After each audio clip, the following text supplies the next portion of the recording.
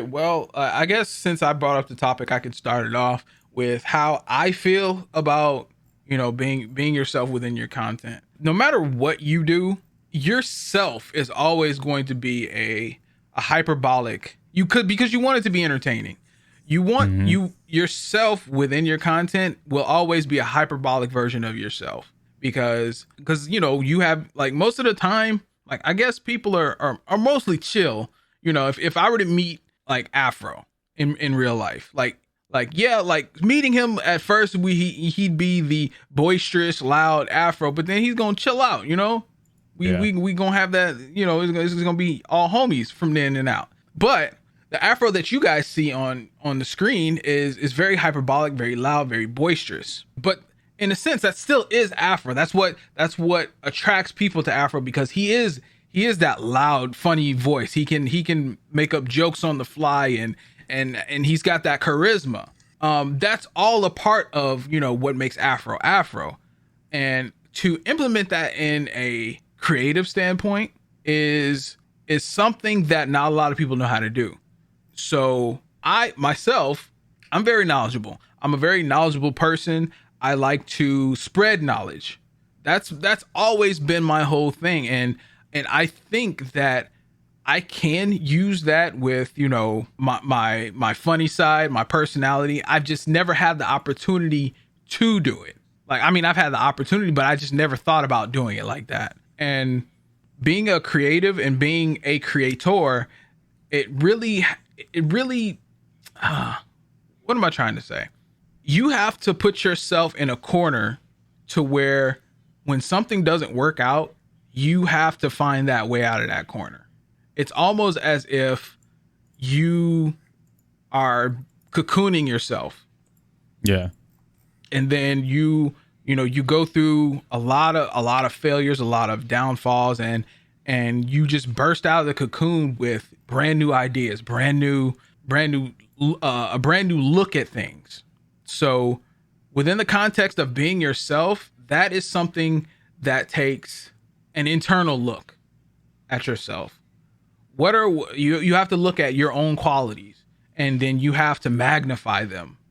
You have to be able to put your greatest qualities under a microscope, and then you have to mute or lower the volume on your I guess more or less undesirable qualities. Right. If that makes any sense. So being yourself isn't as black and white as most people make it seem. It's just really analyzing yourself and picking apart what are the best qualities and magnifying them, and lowering the tone of what makes people click off of your videos, if that makes any sense.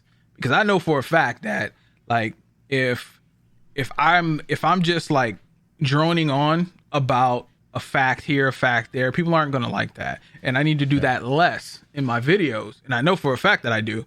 And I need to do that less and be more, I guess, dynamic in my reactions towards things. Mm-hmm. So it's really just the inward look at yourself. And then, like I said, magnifying the greatest qualities of yourself. But yeah, that's how I look at actually being yourself. I get what you're saying. Yeah, exaggerating those parts of you. Mm-hmm. Yeah. And your comment section will help you out. Like, niggas will just straight up tell you, I don't like what the fuck you just did at, and they'll timestamp the shit too. Like, they are fucking ruthless. It's like, oh, okay, well, fuck me, goddamn. They say, hey man, you use this transition too much, bro. Delete that shit.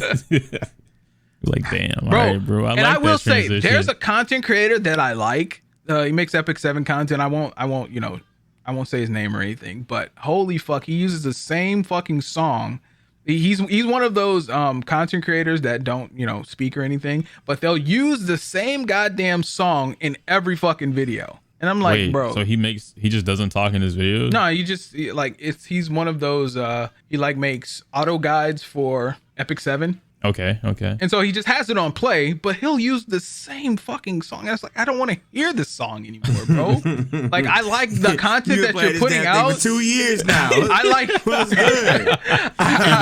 Songs. I like the builds that he does, and they're very, very interesting, and they're very informational. But goddamn, please use a different song. Like the fucked up part is like he'll have maybe 3 or 4 different showcases, and like 2 of the 4 showcases, he'll have brand new songs I've never heard before. But it's always this one song he comes back to, and it's just like, bro, why? And I just don't fuck with it. But that's just a gripe of mine.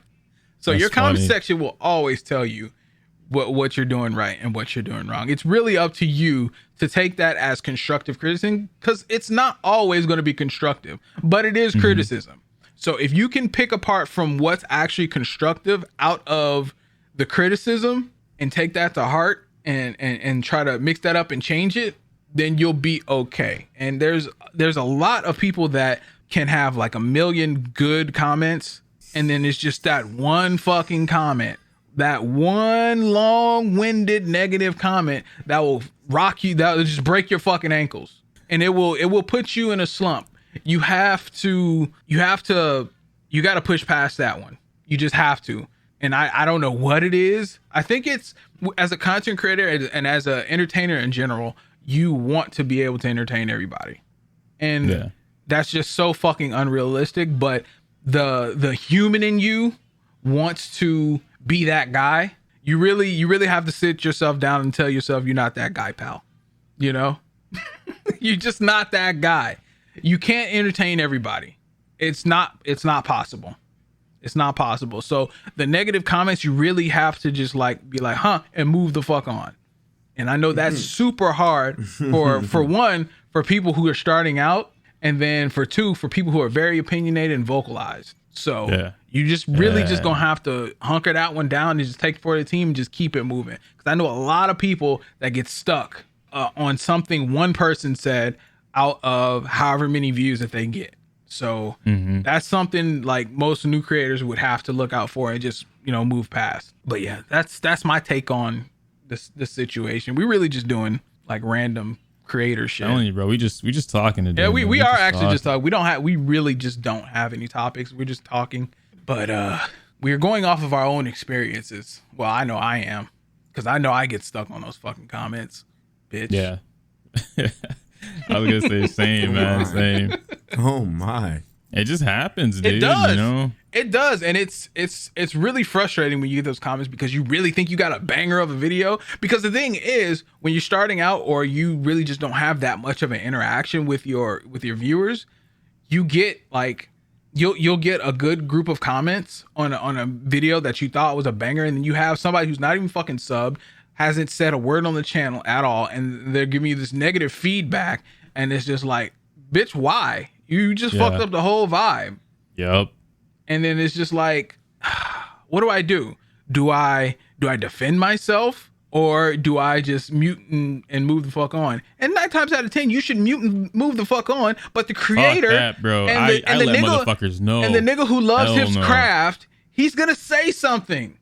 You insulted my craft. I'm gonna say I gotta put this nigga in his place. So it really just is about that self-control and moving forward. But man, it's so tempting. It's so hard to make an example out of an asshat.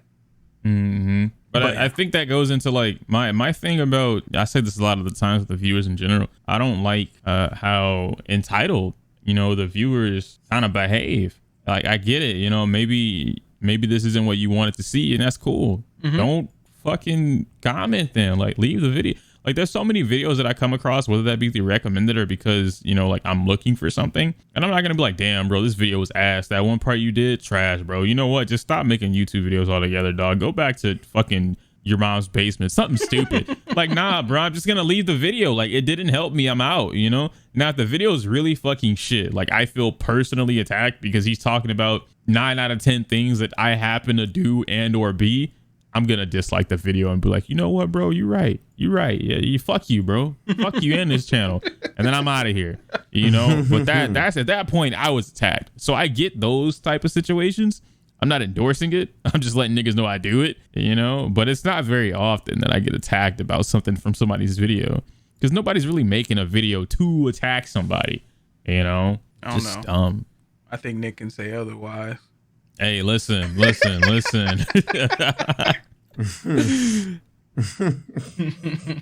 does that mean? Yo, let's just put it out there. Nick really just be attacking his viewer base. Bro, he be attacking anybody, man. But I think it's healthy to do that though. It's really just like one of those things where you can. I call it weeding. Yeah, I call niggas out all the time. Absolutely. You weed out the niggas who get hit that constantly do the stupid shit that they do within the comment section, or you know, just in general, because it's just like, well, I mean, I don't want niggas who don't like my content here. Like that's the whole thing. Like if you don't like my content, just leave. Like I want you to know, I lost like when I made that video. I was like, stop watching me if you do this or some shit, right? And a lot of people were like not happy with that video. I lost like 200 subs. But the moral of that video was like, you know, why are you all so fixated on content that you don't support and you're not here for?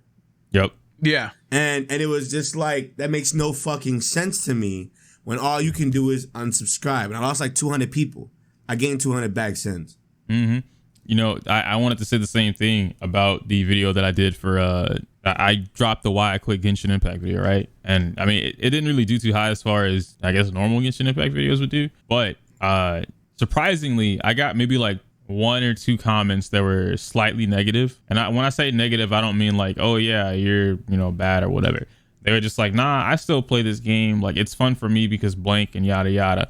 And I'm like, cool, you know, you still enjoy the game. Like I'm not gonna trip about it. But there's one guy that's been commenting recently, and this isn't any shade or hate towards him or anything like that, because you know, he's cool. Like I don't find any ill will towards him. It's just funny to me. He anytime I post something, right, I'll post something about like this morning, right, or a couple days ago, I finished the video that I put out today about Demon Slayer. And so I'm like, all right, cool, turn on notifications, 10 a.m. Saturday, be there or you're blocked, like some stupid shit, right? And so, and anything like that, he's always like, man, I hope it's Genshin Impact. I'm waiting on the day it's Genshin Impact, bro. Genshin Impact, question mark?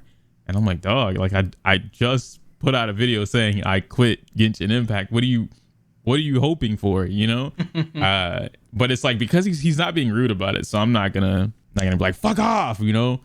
But I dropped I quit Genshin Impact. I didn't lose 200. That's too many subs for me to be losing. But I did lose, I think like 20 or 30. And that same video also gained 20 or 30 subs. So it was like at a net balance of 0. It was weird. That's crazy. But it didn't happen instantly. It was like, yo, you lost this many subs. I'm like, fuck. And then 3 days later, like, yo, you gained some subs. I'm like, cool. So yeah, I don't know what that's like. I just lose, bro. You don't do nothing. Even when I do shit, like I'll get the views, but I don't get the subs. Like I would, like when I came back, I did my Genshin Impact shit. I still lost more than I gained. That's fair. Like a net, I guess a net loss would probably be maybe 70. So I lost like from my return to when I stopped playing Genshin Impact, I lost about 70 subs within that whole fucking thing. Like of course it replaced the subs that I lost with like Genshin Impact viewers, but overall I lost like 70 subs. It's kind of crazy, but no, it's just one of those things where, you know, you have to look and like shit, Genshin Impact, man, that shit bled me dry. I ain't gonna lie. I'm moving away from anything gacha. Like that shit is just not healthy. You're lying. No, 100%. I'm moving away from gacha. I'm actually what? I talked to Nick about this, and I think I want to do fighting games. Like that was when I was supposed to come back before Genshin Impact blew up a little bit on my channel. I was gonna do fighting games. I was gonna do anything and everything fighting game. Don't talk to me about fighting games, bro. I don't like you. I don't like Nick. I don't like Beatrice. I don't like Soldier. Like I explained this to Nick like late at night the other night. But basically because he just, I don't know what he's talking about. No. Yeah, you do. All right, so listen. Because you told me how you did. I don't know if it's public knowledge that you did this video yet. So I'm just gonna say DS, right? You did DS, and I'm like, yo, that's my shit. Like, I love those type of games. I want to make videos on those. Yeah. And so I'm like, anytime my homies talk to me about, yo, I'm doing this for gameplay, I'm doing this game, I'm doing a video about this game, I'm like, fuck y'all, because I want to start a whole new channel just for gameplay.